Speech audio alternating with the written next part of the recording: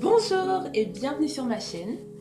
Aujourd'hui on se retrouve pour une nouvelle story time. L'histoire du jour s'intitule Une relation avec ma meilleure amie. Si vous ne connaissez pas encore le concept, il s'agira pour moi de raconter une histoire en la lisant, mais attention, pas en la lisant de manière ennuyeuse et monotone. Restez jusqu'à tout à l'heure pour entendre l'histoire. On se retrouve à la fin de la vidéo pour analyser ensemble les personnages de l'histoire, ce qu'ils auraient dû faire, ce qu'ils n'auraient pas dû faire et comment la situation aurait pu être meilleure s'ils avaient eu le caractère de Christ. Pourquoi j'ai créé ce concept? Eh bien, parce que c'est bien beau d'être littéraire dans les vidéos YouTube. Je fais des vidéos YouTube depuis assez longtemps. C'est bien d'être linéaire, mais en général, les gens qui me suivent sortent du monde, viennent du monde et vivent encore dans le monde. Alors, si vous vivez encore dans le monde, cette vidéo est faite pour vous parce que ça raconte les faits de gens qui vivent dans le monde et comment ils auraient pu manifester des qualités qui leur profiteraient sur la terre, mais également dans les cieux. Quelques mois sont passés depuis la dernière soirée chez Lydie. Entre-temps, ils ont eu les examens de semestre. Les tant attendues vacances de Noël et de Nouvel An ont rafraîchi plus d'un. Les 6 amis se sont dispersés aux 4 coins du pays, chacun avec leur famille. Aurélie, cependant, est restée à Los Angeles. Elle essayait comme elle pouvait de se tenir au courant des autres afin de rendre ses vacances moins tristes. À présent, c'est la nouvelle année. Le campus d'ICLA a retrouvé son effervescence. Les étudiants ont eu droit à une fête de rentrée avant d'entamer les cours. Mais comme un escargot qui rampe, certains faits de ce soir-là ont laissé des traces. ICLA University à la cafétéria. Lydie dépose bruyamment un journal sur la table et s'assoit. Ils n'ont que ça à raconter dans le journal du campus? Pamela le saisit et le feuillette. La chérie mystère de Jeff Maclay? C'est d'une profondeur tout ça, réplique Brianna. Que veux-tu? Il n'y a jamais rien d'intéressant à raconter, alors la rédactrice en chef saisit la moindre rumeur pour en faire une catastrophe. Au jardin du campus, les 3 L sont assises sur la pelouse. Livy. C'est à ce moment que je l'ai vue sortir. C'était vraiment Lydie? Réplique son amie Laura. Oui, je me doutais bien que leur haine cachait bien quelque chose, répond Livy. Les deux se tournent vers la 3e fille qui restait silencieuse jusque-là. Je te trouve un peu pâle, Laurie. Tu vas bien? Oui, ça va. Je suis seulement surprise de savoir que c'était elle dans les bras de Jeff à la soirée. J'ai pourtant essayé de la prévenir que Jeff n'est pas bien pour elle. Je suis sûre qu'elle le sait au fond d'elle. Elle a juste besoin qu'on l'aide à le voir. Ajoute Livy. Par amitié, on va lui montrer que Jeff n'est pas un mec pour elle. Par exemple, samedi à ta soirée d'anniversaire, Livy. Les filles, je dois partir, articule avec peine Laurie. Puis elle se lève brusquement et court vers les toilettes. Elle entre dans un box et fond directement en larmes. Quelque temps plus tard, elle ressort, se met devant le miroir, se remaquille en murmurant devant son reflet. Oui, Lydie, on va te prouver que Jeff n'est pas fait pour toi. Dès ce week-end. Malibu, 21h00, chez Livy. Les 3 L sont sur une terrasse au sommet de la villa. Elles observent tout ce qui se passe en bas. Laurie a les yeux collés aux jumelles. Oh, voilà Jeff qui est arrivé. Les filles, on fait comme on a dit, d'accord? Ses amis acquiescent. Jeff descend de sa voiture avec son groupe d'amis, plus nombreux que d'habitude. Les 3 L se regardent en souriant, puis descendent de leur terrasse. Quelques instants plus tard, elles aperçoivent les garçons au loin. Ils sont assis sur un sofa du jardin en demi-cercle. Elles s'asseyent joyeusement à côté d'eux. Ces dernières n'hésitent pas à montrer leurs atouts et à flirter avec eux. Pendant ce temps, la voiture de Livy entre dans la concession. Brianna et Pamela essayent de repérer les têtes familières. Puis elles avancent toutes les 3 vers la piscine où il y a le plus de monde. Elles vont au bar, s'asseyent et trinquent. Elles aperçoivent donc au loin les garçons. « Ils sont en bonne compagnie !»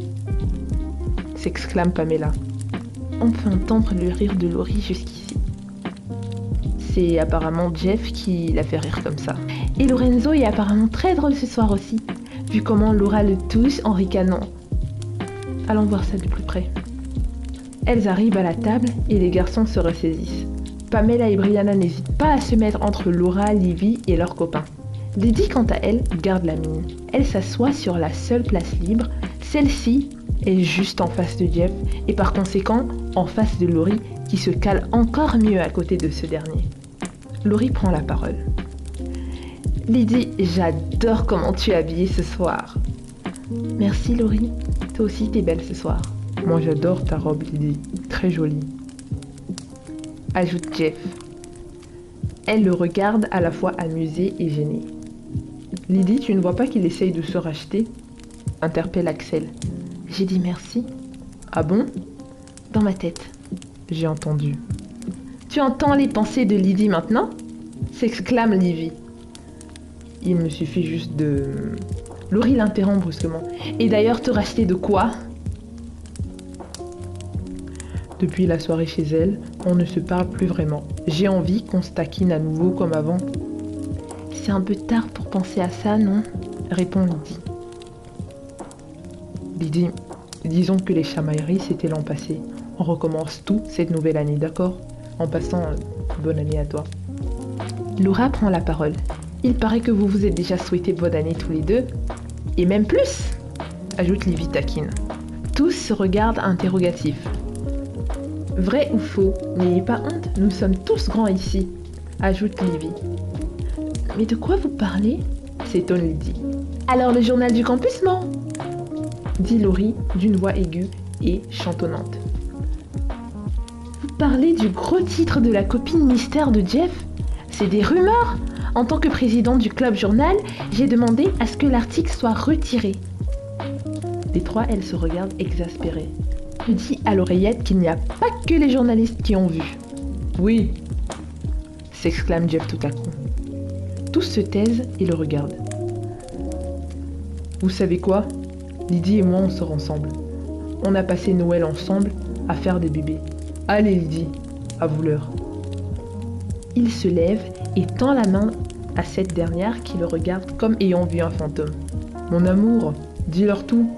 Lydie le regarde, ne sachant quoi dire. Tu divagues complètement. Je crois qu'il a trop bu. Jeff, tu as trop bu. Rassieds-toi s'il te plaît. Merci. Il replonge sur le sofa. Tout le monde les regarde bouche bée.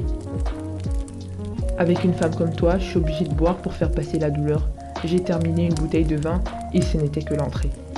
Il saisit un shot posé sur la table et l'avale d'un coup. Laurie arrache le verre de sa main et lui tend une bouteille d'eau. Je plaisantais, je ne sors pas avec Lydie, mon cœur est déjà pris. Je vais aller me chercher un cocktail au bar. Lydie se lève. Pamela et Brianna la suivent. Elle sort de son sac une plaquette de médicaments en ne quittant pas Jeff du regard. Elle prend son verre, puis y jette un comprimé à l'intérieur. Jeff l'observe, le regard vide. Après, on ira danser. Je vais rester près de toi ce soir. Tu as trop bu pour rester seule, ok? Elle lui tend le verre et il le prend. Elle se sert la liqueur à son tour. Tu n'as pas besoin de me droguer pour qu'on aille dans la chambre. Elle boit une gorgée de son verre sans rien répondre.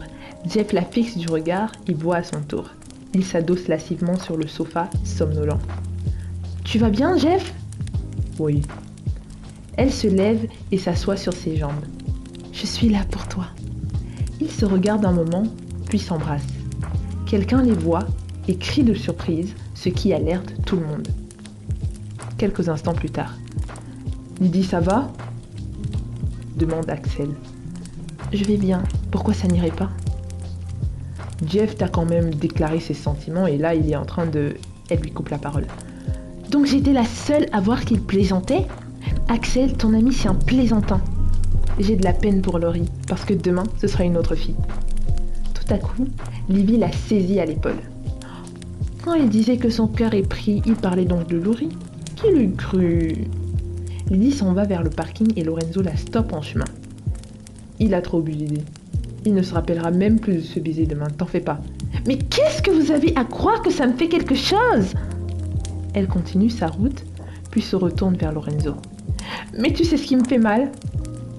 C'est le manque de respect. Le fait qu'elle m'utilise pour rendre ses copines jalouses. Le fait de croire que je pourrais ressentir quelque chose pour lui. Et même si c'était vrai... Elle reprend son souffle pour s'empêcher de pleurer. Comment quelqu'un qui a un cœur peut jouer avec les sentiments des gens comme ça? Je suis encore humaine, Lorenzo, Elle laisse couler une larme et ce dernier se rapproche pour l'enlacer, mais elle le stoppe. Waouh! Quelle histoire rocambolesque! Il y a de tout à l'intérieur.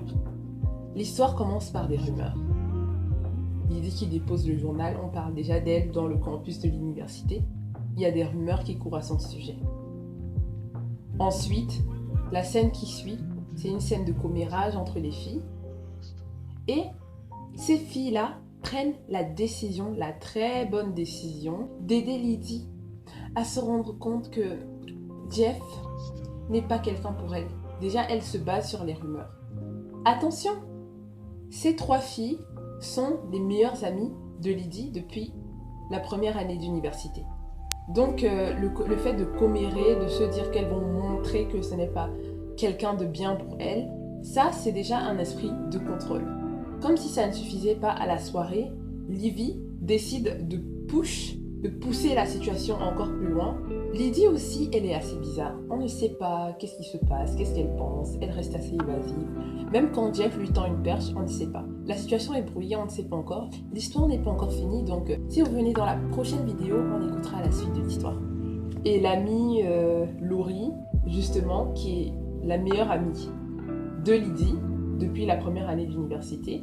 Parce que là, je rappelle, elles sont en 3e année et il y a eu certains brouillages. Écoutez l'histoire précédente pour comprendre. Elle dit qu'elle va calmer Jeff. Oh, je vais te calmer parce que tu as trop bu, tu ne peux pas rester tout seul. Donc elle se porte en maman, en bonne amie. Bon, on ne sait pas encore. Moi, je ne sais pas c'est quoi. Est-ce qu'elle est sincère? Est-ce qu'elle voulait vraiment juste calmer Jeff? Est-ce que... Voilà. Et les conséquences, c'est quoi? On voit très clairement, même si elle essaye de le cacher, qu'elle a blessé Lydie, que cette situation a blessé quelqu'un, a fait du mal à quelqu'un. Donc, cette histoire est rythmée par du commérage, des rumeurs, des gens qui parlent. Même la Bible parle des rumeurs, des gens qui parlent sur le dos des autres et qui n'aiment pas vraiment les autres. Et voilà, le mauvais entourage et tout ce que les gens font, qui en fait, qui peut cacher beaucoup de problèmes, de jalousie, d'oisiveté, emmène de se prêter aux rumeurs et de créer des rumeurs en fait. Voilà, et un esprit du contrôle. Le caractère de Christ nous demande de faire confiance à Dieu, de laisser les choses entre les mains de Dieu et de ne pas se prêter au compte, de ne pas faire de commérage, de ne pas mésir du prochain en fait. Donc voilà, c'est tout pour aujourd'hui. On se retrouve demain pour la prochaine histoire. Au revoir.